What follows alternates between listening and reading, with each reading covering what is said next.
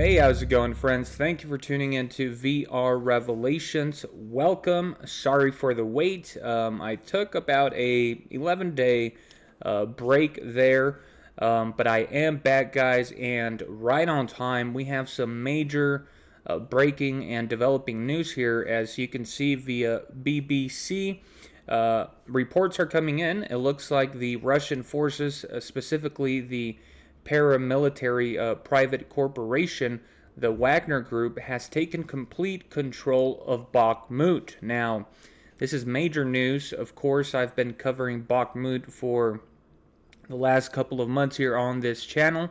It has become a very well-known city where a major battle has been taking place between the Russians and the Ukrainians. And of course, Zelensky decided to double down on trying to hold the city. It was well fortified, and Zelensky expressed his reasons on why Ukraine should do everything that it can to hold the city.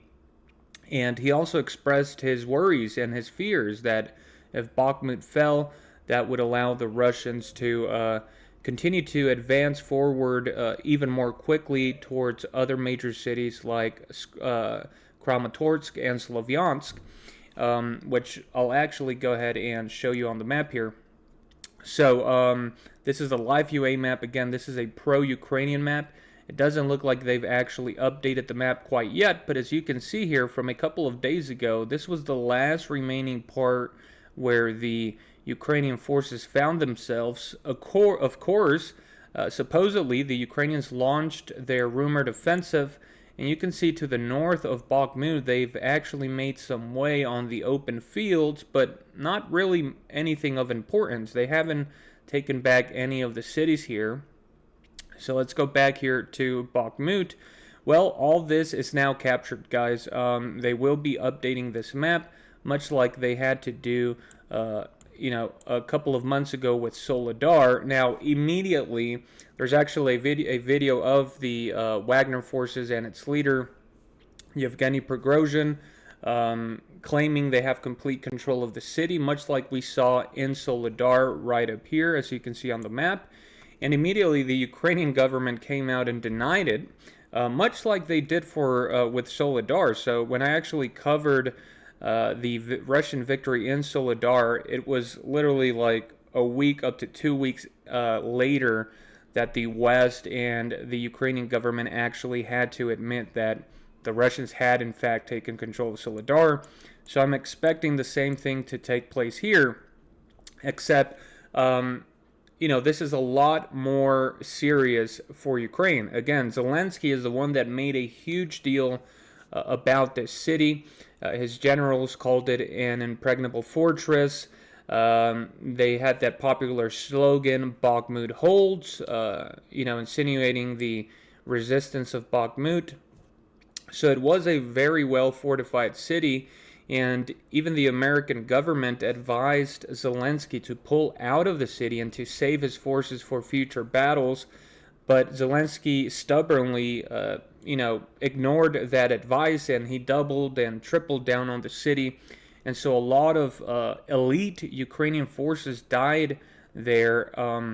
Now, on the face of this major loss here, the Ukrainian government, there's some officials already saying that this might have been done on purpose in order to trap the Russian soldiers and, create a flank with this rumored offensive and then cut them off. But again, that's just propaganda as of right now. My personal opinion is that Bakhmut is done for. I don't think the Ukrainians will ever get it back unless they have a major force, which they haven't launched in along with this offensive that supposedly started already, and they immediately send those forces towards Bakhmut, then we could possibly start seeing a pushback inside of the city. But again, that would be very dangerous for the Ukrainians after months of expending a lot of their elite soldiers. So, Zelensky's, I'm sure he's going to be angry and losing his head in front of his generals. He's going to be asking questions as to how this could have happened. Again, it's Zelensky himself who made a huge deal about Bakhmut and said, hey, we can't let this fall. If we let this fall, I'm going to lose the support of foreign nations. My own people might start trying to pressure me into some sort of peace agreement with the Russians. He also expressed his worries that if Russia took complete control of Bakhmut, then they would be able to move up on these other cities rather quickly, and it would facilitate their advance towards Slavyansk and Kramatorsk, which is inside of the goals of this special military operation. So yeah, this is definitely major news here, a major victory for Russia and a major loss for Ukraine. So yeah, let's go ahead and first, before we jump into this article, let's actually listen to this report covering this news right now. Now, this is coming via DW News. So as you can see here, YouTube themselves have taken the time to put a little warning here. DW is a German public broadcast service. So anyways, let's go ahead and take a listen, and then we'll jump back over to the BBC article. And with Zelensky thousands of kilometers away at the G7, back in Ukraine, the head of Russia's Wagner mercenary group has claimed a breakthrough on the battlefield. Yevgeny Prigozhin claims in this video that his forces have fully captured the eastern city of Bakhmut. Ukraine's military has been quick to deny the ruined city has fallen. Kyiv says its troops are still defending their positions. For more on this, our correspondent Matthias Böhlinger. All right, guys, so we're not going to take a listen to all that propaganda there coming out of Germany, but I just wanted to hear it yourself from a pro-Western, pro-Ukrainian news source. And we'll actually take a read from another one here, BBC. Ukraine war, Kyiv rejects Wagner claim over Bakhmut. Again, this is exactly what has happened before. Russia takes a city. They claim victory. It's pretty much well known and verified that they did. And, I mean, just looking at this pro-Ukrainian map, guys, if this is the only area that the Ukrainian forces held, it's, it would be no surprise that the Russian forces took complete control, right? It's not like they were at, halfway through the city like a month ago. But again, it's embarrassing for them, and this is like Zelensky's worst nightmare. So they're going to try to deny this as much as they can, and there is a good possibility that they could launch a major offensive force aimed at the city. I wouldn't think that it would be successful. It might actually be very detrimental for them and a huge mistake, just like it was doubling down on Bakhmut. But you never know. Again, this was Zelensky's, precious city. They made a big deal about it, how the Russians couldn't overcome it. So, we'll see how things develop. But the Ukrainian government is going to continue to deny this for days, if not weeks, until the U.S. government and the Western media news propaganda pretty much admits it, and then they'll just play along and they'll have to admit it also. But anyways, let's go ahead and read this. Russian mercenaries are in full control of the Ukrainian city of Bakhmut, their chief says, a claim immediately dismissed by Ukrainian officials.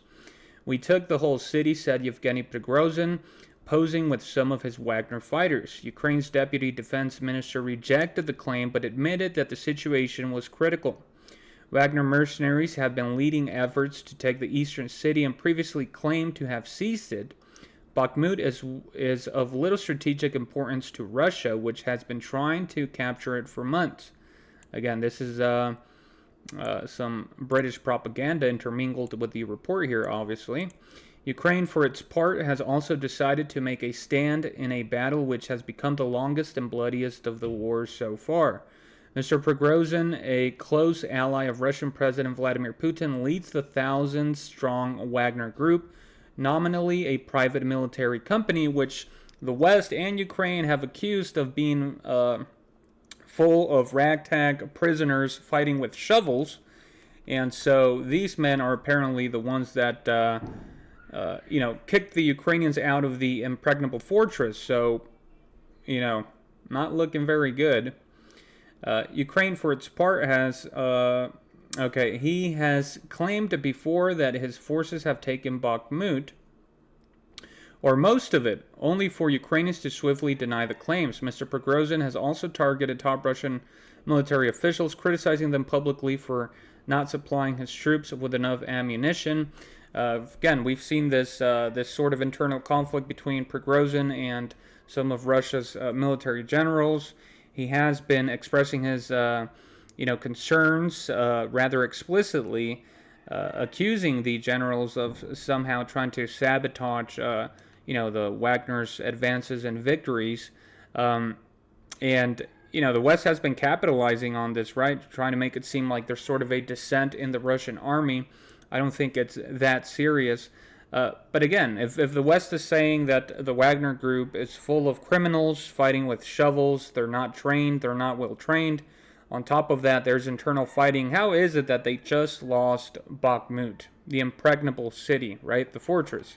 Just imagine when they actually face the full might of the Russian elite military forces. Again, this is what the West has been saying. So, explosions can be heard in the background, suggesting fighting continues close to the city, if not inside. Again, that's probably Russian artillery being launched at the Ukrainian forces on the outskirts of the city by this point. He also promised to hand the city over to regular Russian troops later in the month. So this is what one of the Ukrainian officials said, that if you notice, when Prigozhin was claiming victory, he said that they would pull back and leave the city to the Russian forces. And so he tried to insinuate that Prigozhin knows that eventually Bakhmut will fall back into Ukrainians' hands, or that it's a trap, so he's trying to get out of there early, which is an incredible twist on the news here of the fall of Bakhmut. But yeah, there you have it, guys. Again, I've been away for a couple of days. We really haven't had much developments here. Everybody has been keeping their eyes on this supposed Ukrainian offensive, which really hasn't yielded anything fruitful besides some open land they've retaken here to the north of Bakhmut. But on the other cities, Zveresk, down here in Avdiivka, we really haven't seen any huge developments. It just doesn't seem like a full-on strong force was launched in this offensive, or they might be holding back. The Ukrainians might have been waiting to see how the situation developed in Bakhmut. But again, remember, Zelensky. This is Zelensky's worst nightmare. This is the last thing he wanted, to lose Bakhmut. He wasted a lot of soldiers there. A lot of Ukrainian soldiers were killed. Sure, Russian soldiers have been killed there, but not as much as the Ukrainians, according to the U.S. Leaked documents. And so this is a major, major loss, and this is definitely going to demoralize the Ukrainian people, the Ukrainian army, just like Zelensky predicted, and it's going to have the opposite effect for the Russians. It's going to encourage them. They're going to be reinvigorated. They're going to be energized, and they might just go for the death blow and carry on this momentum to start pushing forward to Chasiz Yar over here, to the west of Bakhmut, which they will do, and then launch the major operation towards Slovyansk and Kramatorsk. Now, I would assume that, if the Ukrainians haven't launched the full force of this offensive, now would be the time. And I would assume that since Zelensky has, his eye on Bakhmut, and it sort of became, his precious pearl in this conflict, he would try and direct a large part of that major force towards Bakhmut. But I think that would be a terrible mistake. But I do think it's very likely. Or we could just continue to see this sort of slow offensive that we've been seeing from the Ukrainians because of a lack of power And that would be even more detrimental to Ukraine on top of this major loss here in Bakhmut. So yeah, major news here, guys. Anyways, thank you for tuning in. I will be uploading more videos now, guys. Thank you for waiting. Just remember that the truth is stranger than fiction. Have a wonderful day, and God bless.